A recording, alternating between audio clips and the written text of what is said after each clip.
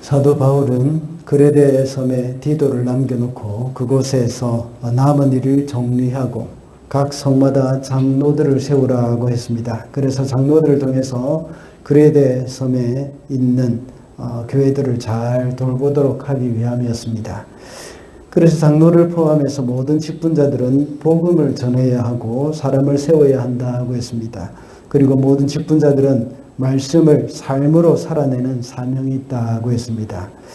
그리고 그레데 섬 사람들은 아주 거칠고 난폭했습니다. 그뿐만 아니라 거짓 교사들이 들어와서 율법주의적인 사고방식으로 사람들을 미혹하는 이단이 있었습니다. 그래서 이런 거짓 교사들을 물리치기 위해서 먼저 진리를 알아야 하고 또 진리를 말해야 한다고 했습니다.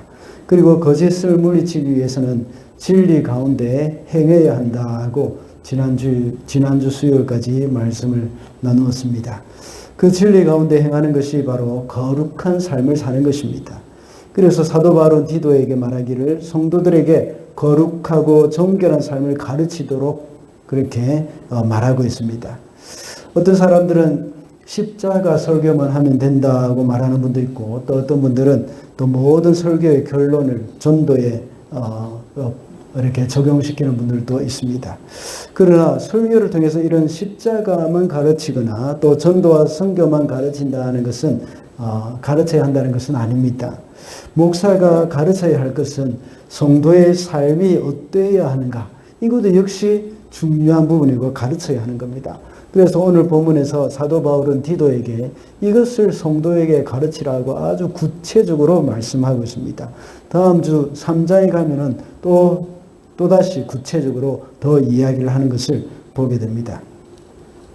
어른이나 아이들이나 남자나 여자나 젊은이나 노인이나 할 것 없이 성도는 하나님과 사람에게 인정과 칭찬을 듣는 삶을 살아야 합니다. 그것이 바로 거룩한 삶을 사는 것입니다. 그렇지 않으면 하나님의 복음이 비방을 당할 수도 있고 전도에 방해가 될 수도 있습니다. 사도 바울은 오늘 본문에서 젊은이부터 노인이 이르기까지 남녀 할 것 없이 성도로서 이 거룩하게 살아야 한다고 말을 하고 있습니다. 그 이유에 대해서도 역시 말을 하고 있는데, 그래서 오늘은 거룩한 삶을 살라 하는 제목으로 우리가 거룩하게 살아야 하는 이유에 대해서 먼저 살펴보도록 하겠습니다.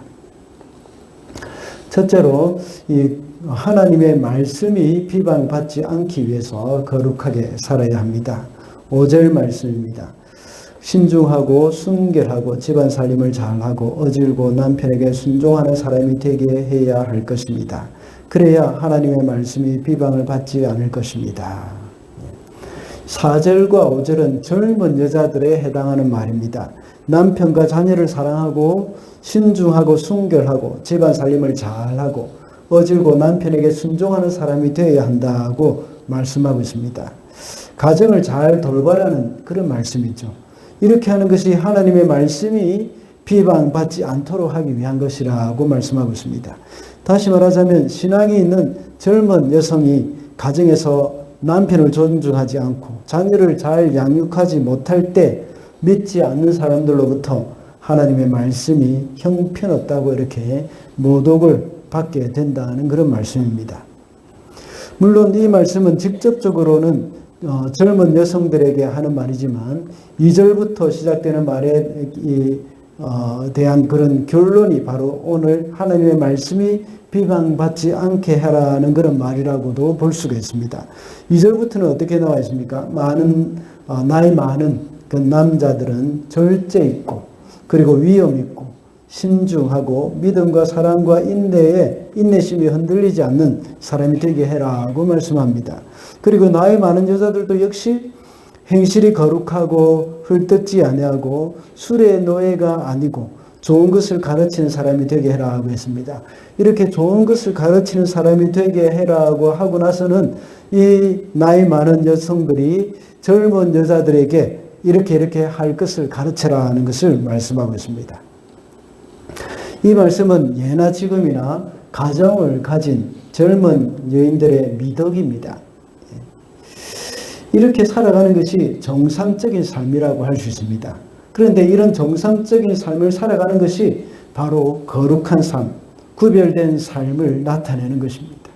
그런데 이렇게 지극히 당연한 것을 하지 않을 때 그것은 세상의 비방거리가 된다는 것입니다. 여인들이 가정을 돌보고 나이 많은 남자나 여자가 품위 있는 생활하는 것, 이것은 지극히 당연한 일인데 그런 당연한 일조차 성도가 하지 않을 때에 이 비난의 대상이 되는 겁니다. 그런데 사도 바울이 굳이 당연한 것을 이렇게 가르쳐야 한다는 것을 말하는 이유가 무엇일까요? 그들이 살고 있는 그 그레데 여인들은 그런 삶을 살지 않았다는 것입니다. 지난주에 살펴본 대로 그레데 사람들은 기질이 거칠고 난폭하고 거짓말을 잘한다고 했습니다. 그래서 디도스 1장 12절에 보면 그레데 사람들은 예나 지금이나 거짓말장이요 악한 짐승이요 먹는 것밖에 모르는 게으름뱅이라 이렇게 옛날 시인의 그런 식구를 인용해서 말을 하고 있습니다. 만약에 성도가 그레데 사람의 삶이 이렇다고 해서 자기들도 이런 삶을 살게 되면 어떻게 되겠습니까? 하나님의 말씀이 비방을 받게 될 것이라는 말입니다. 오래전에 오클랜드에 있을 때에 이 갈보리 교회의 담임 목사로 계시는 이필재 목사님이 오셔서 말씀을 전해주신 적이 있었습니다. 한국에서 새벽 기도를 가기 위해서 신호등이 빨간불이 켜져 있어서 이 차가 한 대도 없었지만 지나가지 않고 멈춰서서 이제 신호가 바뀌기를 기다리고 있었다고 합니다. 그런데 뒤에서 어떤 차가 계속 빵빵거렸습니다. 그래도 미동하지 않고 신호가 바뀔 때까지 기다리고 있었다고 합니다.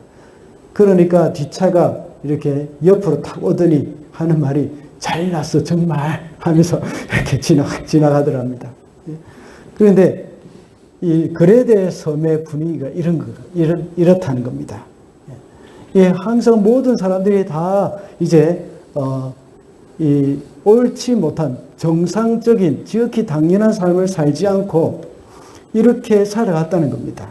그런데 이렇게 살아간다고 해서 그리스도인들도 만약에 이렇게 살아간다면 어떻게 되겠습니까? 사람들이 그리스도인들에게 욕합니다.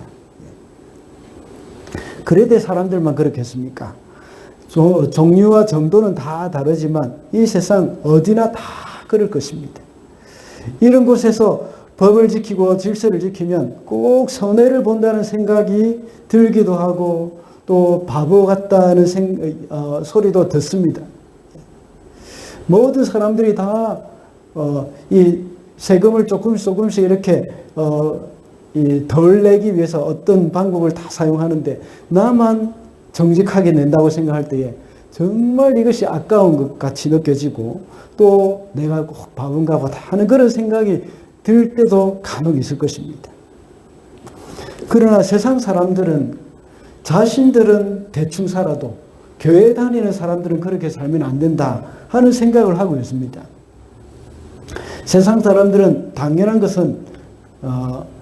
것을 하지 않고 살아도 사람이 살다 보면 그럴 수 있다고 생각하고 그냥 그렇게 넘어갑니다. 왜냐하면 많은 사람들이 그렇게 살고 있기 때문입니다. 차를 운전할 때도 교통법규를 잘 안 지킬 때가 참 많습니다. 그런 것은 대부분 사람들이 그렇게 살아가고 있기 때문에 그냥 넘어가기도 합니다. 그런데 목사인 제가 교통법규를 잘 안 지키면 엄청 욕을 할 것입니다. 세상 사람들이 탈세를 하다가 들키면 이 벌금을 좀 내고 이 형벌을 또 받습니다. 그런 모습을 보면 사람들은 지금까지 나도 조금씩 알게 모르게 탈세를 한 것이 있는데 앞으로 이제부터 좀 조심해야 되겠다 하는 생각만 하고 넘어갑니다. 그러나 교회나 크리스찬이 탈세를 하다가 들키면 아주 크게 비난을 합니다. 그래서 목사가 잘하면 더 크게 비난을 하고 장로가 잘못하는 일이 있으면 참지를 못합니다. 그리고 성도가 잘못하면 예수 믿는 사람들이 저렇게 한다 하면서 욕을 합니다. 그리고 한 걸음 더 나가서 예수쟁이들은 다 저래 하고 이렇게 비난을 하는 것이죠. 그러므로 오늘 본문에서 사도 바울이 권면하는 것은 그레데에 있는 성도들은 믿지 않는 사람들과 다른 삶을 살아야 한다는 말입니다. 그들이 성도라고 하면서 삶에 있어서는 믿지 않는 그레데 여자들 또는 그레데 사람들과 똑같은 삶을 살아서는 안 된다는 것입니다. 사도 바울은 로마서 2장 24절에서도 역시 말씀하고 있는데 기록된 바와 같이 하나님의 이름이 너희 때문에 이방인 중에서 모독을 받는도다 하고 말씀하고 있습니다. 우리가 이 세상에 살아가면서 자칫 잘못하면 하나님의 말씀이 비방을 받기가 쉽습니다. 우리가 깨어있지 않을 때에 그렇게 됩니다. 성도가 세상 사람들이 한다고 해서 우리도 그들과 같이 해서는 안 됩니다. 세상 사람들은 성도라면 뭔가가 다르게 기대하고 있습니다. 그러므로 그리스도인들은 매사에 하나님의 말씀이 비방받지 않도록 하기 위해서 거룩하게 살아야 하는 겁니다. 둘째로 하나님의 교훈을 빛나게 하기 위해서 거룩히 살아야 합니다. 10절 말씀입니다. 훔쳐내지 말고 온전히 신실하라고 하십시오. 그러면 그들이 모든 일에서 우리의 구주이신 하나님의 교훈을 빛낼 것입니다. 6절 이후의 말씀에서는 젊은 남자들에게 하고 있는 말입니다. 그리고 9절과 10절에서는 종들에게 말을 하고 있습니다. 이것도 역시 물론 성도의 모범적인 생활에 대해서 말을 하는 것입니다. 그러면서 사도 바울을 강조하는 것이 하나님의 교훈을 빛내게 하라고 말을 하는 겁니다. 우리가 앞에 대지와 비교해 볼 때에 앞에서는 하나님의 말씀이 비방받지 않기 위해서라고 말했습니다. 그러나 이번에는 하나님의 말씀을 빛나게 한다는 측면에서 볼 때에 이것은 좀 더 적극적인 모습이라고 할 수 있습니다. 앞서 첫 번째 대지에서 거룩하게 살면서 말씀이 비방받지 않기 위해서 죄를 짓지 이렇게 말아야 한다는 것을 강조했습니다. 그래서 지극히 당연한 일을 행하면서 살아간다는 것입니다. 정상적으로 우리가 당연히 해야 할 일을 살아가는 것이라는 것입니다. 그렇게 이 지극히 당연한 일을 행하지 않을 때에 지극히 당연한 일, 마땅히 행할 일을 행하지 않을 때에 하나님의 말씀이 비방받게 된다고 말했습니다. 그렇다면 이 두 번째 대지에서는 성도들은 그리스도인들은 단순히 죄만 안 짓는다고 해서 거룩한 삶을 사는 것은 아니라는 것을 말하고 있는 것입니다. 도덕적으로 깨끗하게 살고 법을 지키면 살기만 한다고 해서 거룩한 삶을 사는 것은 아닙니다. 이것보다 더 뛰어넘어야 합니다. 더 나아가야 하는 겁니다. 이것은 이 세상의 빛과 소금의 역할들을 감당해야 한다는 그런 말인데 마땅히 행할 기본적인 것, 다시 말하자면 사람이 할 도리만 하면 된다는 그런 차원을 뛰어넘어야 한다는 겁니다. 물론 대부분의 사람들이 내 할 도리조차 못하는 사람들이 참 많습니다. 그렇게 사는 사람도 참 많지만 그러나 성도는 내 할 도리 다 하며 사는 것, 이것을 뛰어넘어야 한다는 것이죠. 어떤 사람을 존경하는 것은 그 사람의 초월성 때문이라고 볼 수 있습니다. 이 초월성이 뭐가 있습니까? 당연히 자신이 누릴 수 있는 그 권리, 이런 것들을 초월한다는 겁니다. 그리고 또 사람으로서 우리가 살아갈 때에 가장 기본적인 욕구, 이런 것들을 초월할 때에 사람들은 그 사람을 존경하기 시작하는 겁니다. 지난번에 한번 말씀드리기도 했지만 한 20, 30년 전에 아주 우리나라 불교계에 굉장히 유명했던 그 성철 승려, 그 사람들이 초월했기 때문에 그 사람들은 이 성철 승려가 굉장히 초월적인 삶을 살았기 때문에 존경하고 있는 겁니다. 우리는 이런 안 믿는 사람들조차도 자신의 기본적인 욕구라든지 이 기본적인 가장 기초적인 이런 것조차도 자기 스스로의 이 도를 닦기 위해서 이렇게 초월한다는 것입니다. 그렇게 한다는 것인데 우리 성도들은 예수 그리스도의 성품을 담기 위해서 초월해야 하는 겁니다. 당연히 누릴 수 있는 권리, 이것을 내가 초월하고 포기하는 것입니다. 사람들은 당연히 자신의 목숨을 유지하고 지키기 위해서 가장 기본적인 생활을 합니다. 욕구를 충족시켜야 하는 겁니다. 그러나 성도가 자신을 희생하고 다른 사람의 유익을 구한다면 그것이 바로 자신의 본성을 초월하는 삶이라고 할 수가 있는 겁니다. 내가 그 가진 권리 이런 걸 다 누릴 수 있지만 하나님의 나라를 위해서 포기하고 다른 사람의 유익을 위해서 내 것 다 사용하지 않는 것이 그것이 바로 성도가 해야 할 초월성이라고 볼 수 있습니다. 불교계의 승려들은 자기 자신의 도를 닦기 위해서 그 본성을 초월해서 살아가고 금욕적인 생활을 하고 있지만 우리는 그것이 아니라 예수 그리스도 그분 때문에 그리고 또 다른 사람의 유익을 위해서 내가 초월하면서 또 내 본성을 이제 누르면서 이렇게 주를 위해서 희생을 하는 것입니다. 성도의 삶이 이렇게 될 때에 하나님의 말씀을 빛나게 하는 삶이라고 할 수 있습니다. 이런 그리스도인을 볼 때 세상 사람들은 하나님의 말씀의 능력을 보게 되는 것입니다. 하나님의 말씀이 빛난다는 말이 어떤 말이겠습니까? 물론 복음을 가리키는 것일 수도 있습니다. 세상 사람들은 복음을 듣기보다는 복음을 보기를 원합니다. 세상 사람들은 복음을 말로만 듣는 것을 원치 않습니다. 만약 이미 복음을 받고 구원받은 사람으로서의 삶을 살아가는 그 우리가 만약에 누추하고 악하다면 하나님의 말씀은 빛나지 않을 것입니다. 저와 여러분이 바로 살아있는 복음입니다. 세상 사람들은 살아있는 복음을 보고 듣고 만지고 싶어 합니다. 사도 요한이 요한 1서에서 말하기를 태초부터 있는 생명의 말씀에 관하여는 우리가 들은 바요 눈으로 본 바요 자세히 보고 우리의 손으로 만진 바라 라고 말씀하고 있습니다. 사도 요한이 예수님을 듣고 보고 만진 것과 같이 세상 사람들도 역시 생명의 말씀에 대해서 그것을 들을 뿐만 아니라 보고 만지고 싶어 하는 겁니다. 누가 그렇게 할 수 있습니까? 이제 더 이상 예수님은 이 땅에 계시지 않습니다. 예수님은 이제 이 땅에 계시지 않는 대신에 성령님을 이 땅에 보내셔서 우리 속에 심어두셨습니다. 제가 새벽기도회 때도 말씀을 드린 바와 같이 그래서 성령님으로 인해서 하나님의 언약의 말씀, 하나님의 말씀이 우리의 마음판에 새겨졌다는 겁니다. 그렇다면 바로 우리의 마음의 변화가 일어나가지고 정말 우리의 삶이 예수 그리스도의 삶이 되어지는 것입니다. 예수님께서는 이 땅에 계시지 않지만 성령으로 우리 가운데 들어오셔서 이제 우리가 예수님의 삶을 살아가는 것입니다.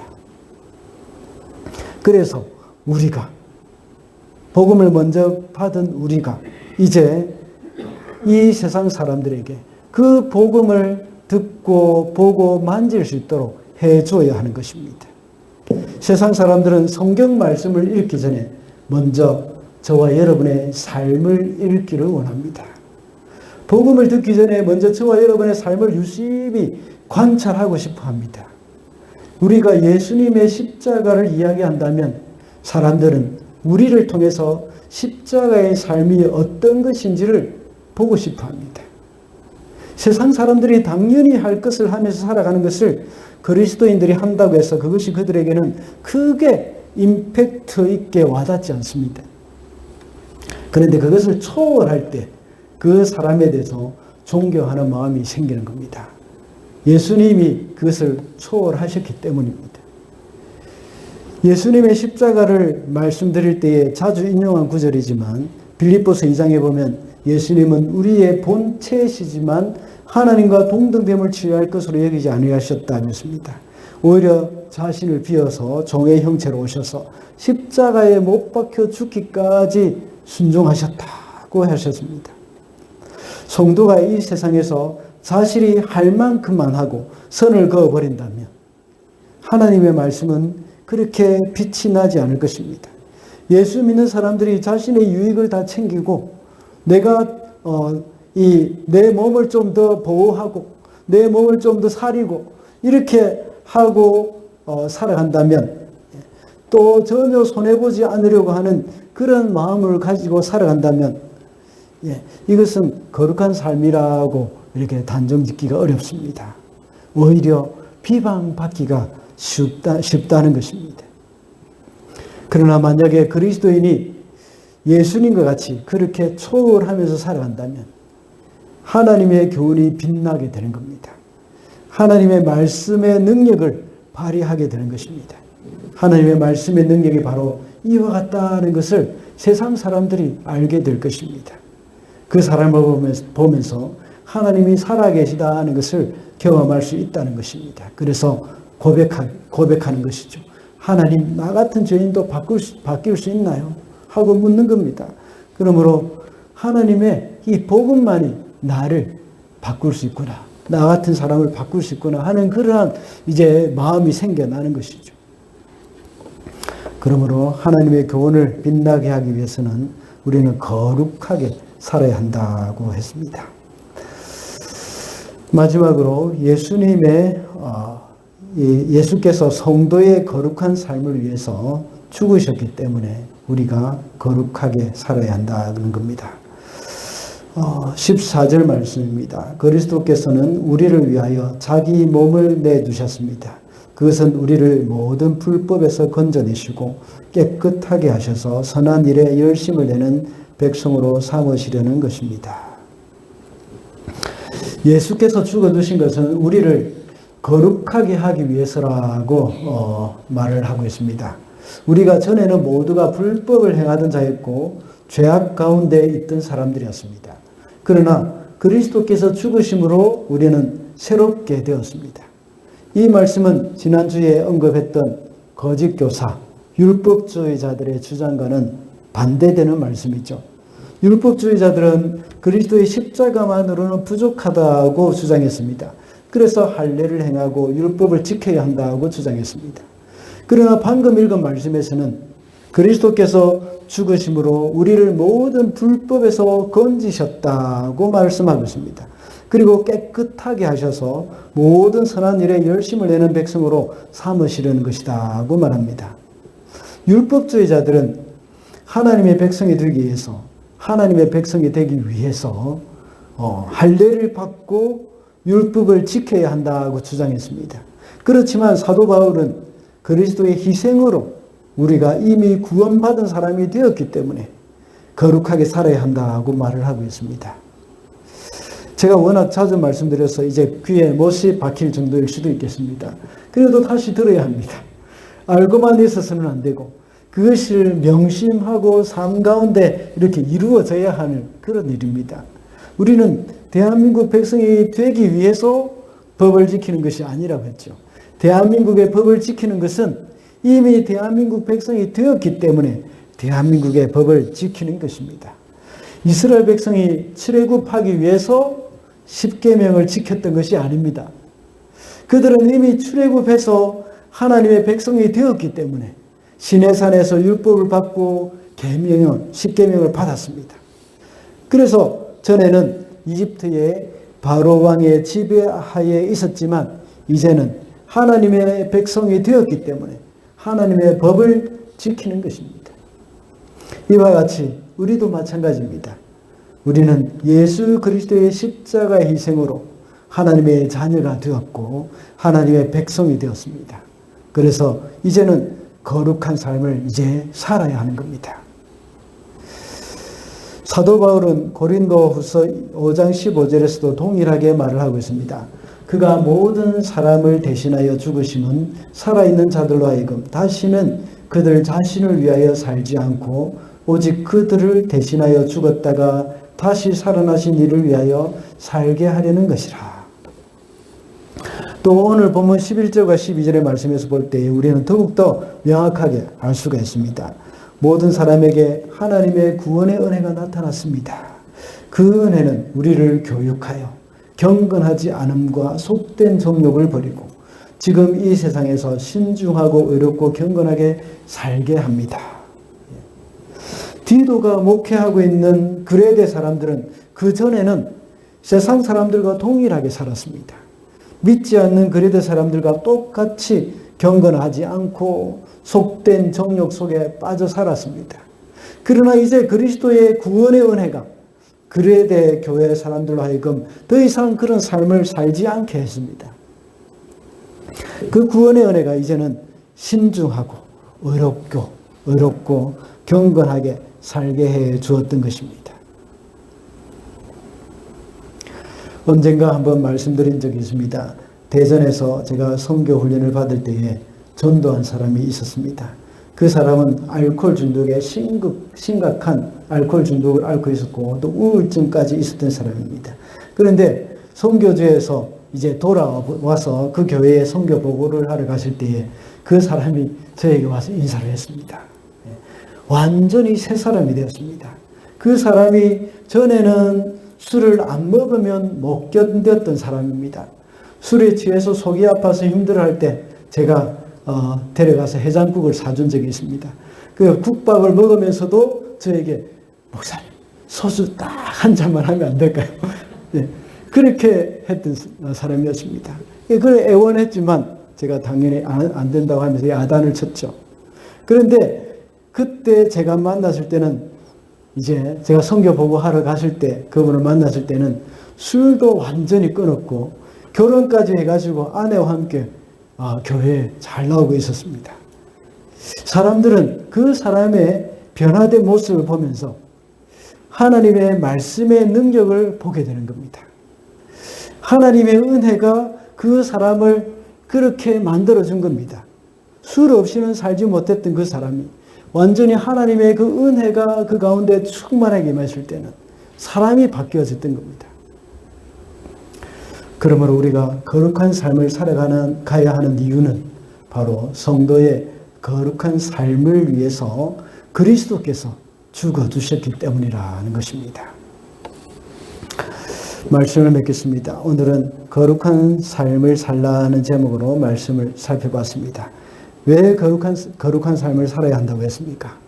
먼저 하나님의 말씀이 비방받지 않도록 하기 위해서 거룩하게 살아야 하고 또 하나님의 교훈이 빛나게 하기 위해서 거룩하게 살아야 한다고 했습니다. 그리고 거룩하게 살아야 하는 이유는 성도의 삶을 거룩한 삶을 위해서 그리스도께서 죽으셨기 때문이라고 했습니다. 주님의 구원받은 백성으로서 거룩한 삶으로 하나님을 기쁘시게 하면서 이 땅에서 빛과 소금으로 살아가는 저와 여러분이 되시기를 바랍니다.